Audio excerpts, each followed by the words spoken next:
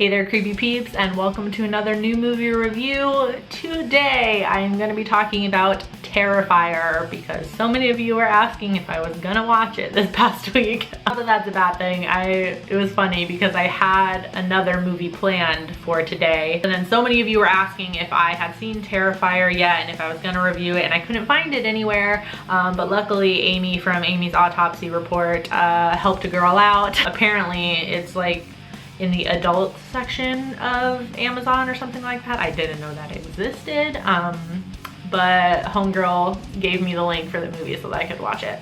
And just a little bit of housekeeping. You're probably gonna hear this at the beginning of every one of my videos this week, but I'm so excited. You probably saw on my social media and or Emma from Spooky Astronaut social media. Basically what we're doing is a monthly live stream show called Does This Offend You? Our show is going to be on this channel, my channel, on on Friday, April 6th. It's going to be 10 p.m. Eastern Standard Time. That's my time. That is 7 p.m. Pacific Standard Time. Probably would have posted it on social media by now, but just in case you didn't see, we're going to be talking about Cannibal Holocaust and The Green Inferno for our first episode. So if you want to give those movies a watch or rewatch them before the show this weekend, now you know what movies we're going to talk about. Last thing, I gotta say a quick thank you to my creepy patron peeps for your support of my channel. Thank you so much. I also want to say an extra special thank you to new creepy royalty, the Horror Addicts. That's right. Gory B Movie and Danny Nightmare have joined the ranks of the great creepy patron peeps. They are awesome. I don't need to tell any of you that because I'm sure all of you are subscribed to them already. But on the off chance that you're not, their channel will be linked somewhere on the screen as well as in the description box. It's the longest intro ever, so now on to the review. All right, so Terrifier follows a maniacal clown named Art as he terrorizes 3 young women on Halloween night and everyone else who stands in his way. Really liked that the film had, I don't know, it felt like an 80s slasher, but scary. Let me explain and try and follow along. If you can't, I don't blame you because I don't even know if I'm gonna be able to explain this feeling correctly. So y'all know I love 80s slashers. If you've been on this channel a while, you know that they're my favorite. I really like 80s slashers, but I would not say that I'm scared by 80s slashers. I find them really fun and enjoyable to watch, especially with like the practical effects and everything like that. I find them fun to watch, but I don't find them scary. Probably because, you know, I wasn't born in the 80s, I was born in the 90s, so I've watched every single 80s slasher that I've watched has been way after the fact, so that's probably why. But this movie, Terrifier, had a sort of 80s slasher feel to it, but it wasn't like, I didn't find it cheesy or funny. I found it scary. They were still as fun to watch as 80s slashers, but just scary. Is that making sense? Talking about the kills and practical effects, I have to say this movie contains what is now at least in my top 3 of most brutal kills that I've ever seen on screen. And I'm not gonna say anything about it. If you've seen the movie, you probably know which one I'm talking about. I will just say I crossed my legs so hard that I feel like my legs like switched places. They don't show everything. They show just enough for you to know what's happening. And I think that was a really effective way to do the kill. I mean, the practical effects were so good that they might have probably definitely been able to show more of it and it still looked really good. But I feel like they held back a little bit, and you know, it kind of reminds you like stuff like Psycho where, you know, that infamous shower scene, you don't see the knife connecting to skin like ever almost, but it's the, you know, it's the implied action. You know what's happening to Marion Crane in the shower, and that's what makes it brutal. I feel like this kill that I'm talking about that most of you maybe don't know what I'm talking about because you haven't seen the movie yet, I'm sorry, kind kind of employs that same thing. They show just enough so you know what's happening, but then they don't show the whole thing, but you know what's happening. And it makes it more brutal that way. Does that make any sense? So to that point, the rest of the practical effects and the makeup was awesome. I really, really like the look of Art the Clown. I like that he's so monochromatic, and like I said, he's kind of like a mime clown where he, you know, really, he doesn't make any noise, doesn't talk or anything like that, and that makes him, I feel like that makes him really scary, especially because he's not wearing a mask. Like Jason Voorhees and Michael Myers don't talk either, but their faces are covered, and I feel like that while they're still menacing, it gives a different feeling.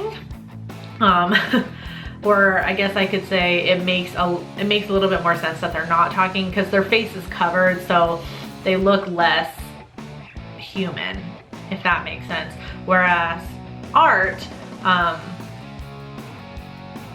looks more human. You can see his features, you can see his eyes, you can see his mouth, but he still doesn't make any noise, which makes it, you know, that just takes it that extra level and makes it even more unsettling. I've never been afraid of clowns, like ever, never. Art is the exception.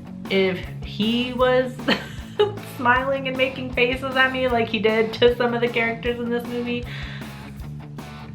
I would probably just die of fright, which wouldn't be any fun for Art, sorry. Speaking of Art the Clown, David Howard Thornton, who plays Art, did an amazing, amazing job. So expressive with his face to the point that it was terrifying. So, job well done, sir. You know, you did such a good job to the point that if I saw you probably not even in art makeup, I would be a little unsettled just because, you know, you did such a good job. Also really liked the pacing of the movie. I thought it worked really well. There wasn't, I'll talk about one scene in my dislikes, but there really wasn't any moment where the movie slowed down for too long. It never lets you relax for too long, so the pacing is kept up really well. And I also really liked the score. Kind of to go back to what I said about it feeling like a slasher, there are a few moments in the score where it kind of reminds me of the score of Halloween a little bit, in a good way, not that it's ripping it off or anything like that. Particularly in the garage scenes. Finally, this really doesn't have anything to do with the movie, but it just makes me happy that somebody named Vicky is a main character and she isn't a bitch. I just want to point that out. So thank you, filmmakers, for doing that. I don't know if you guys know, but Vicky's and Victoria's get a bad rap in movies. Usually anybody named Vicky or Victoria is an evil character, and by evil I mean like bitchy, like they're the mean girl. It's just, you know, it's not accurate to all Vickies, and it's not fair. You know, hashtag justice for people in movies that are named Vicky or Victoria. Yeah, let's get that trending on Twitter, guys. And they spelled it right. You know, it's V-I-C-K-Y. That is how you spell Vicky. Just putting that out there, so thank you. And really, there's only one thing I can really say that I didn't like as much in the movie, and there's just one scene. Again, I'm not gonna spoil anything, but if you've seen the movie, you probably know what scene I'm referring to. There's a scene with this kind of crazy woman, a baby doll, and Art the Clown. So hopefully anyone who's seen it, you know what I'm talking about. Just for me, that is like the one scene that was a little bit weird and out there. A little bit too weird and out there for me. I just really didn't get the point of the scene. And it kind of slowed the pacing down just in that one instance for me. And I was kind of just like, I kind of wish that had played out a little bit differently. But that's just that's just one thing, and that's the only thing I didn't like about the movie. So, I mean, I'm still gonna go back and watch this movie like 5 million times regardless of that scene, so it's not that bad. So, is Terrifier worth watching? Hell fucking yes it is. I'm giving it a 5 out of 5. And I don't think I've updated my letterbox yet, but I think it's taking the #1 spot, at least for now. I really think it is. I enjoyed it that much. 5 out of 5. 5 out of 5. IMDb, though, it has a 6.3 out of 10. And then on Rotten Tomatoes, it doesn't have any critics scoring yet, but audiences are giving it a 71%, and there's nothing on Roger Ebert. I was able to watch it on Amazon, so I'll give you a link in the description box for the movie if you want to check it out. There is no pressure to use that link.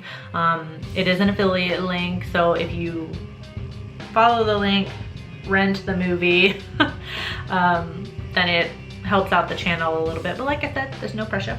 So if you've seen Terrifier, let me know in the comment section down below what you thought about it.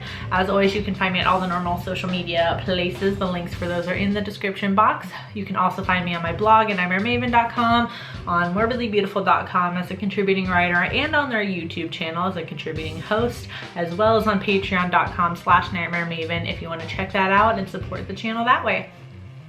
I do hope you enjoyed this video. If you did, please give it a thumbs up. Be sure to subscribe if you're new here and become a creepy peep today. I post videos Monday through Friday, and I'm now gonna have to work this into my outro. Hit that notification bell if you want to be notified when I post new videos and go live, because recently news has broke that YouTube does not notify all of your subscribers unless they hit the bell. That is something a representative of YouTube has said in an interview. So thank you so much for watching, and until next time, stay strange. Bye.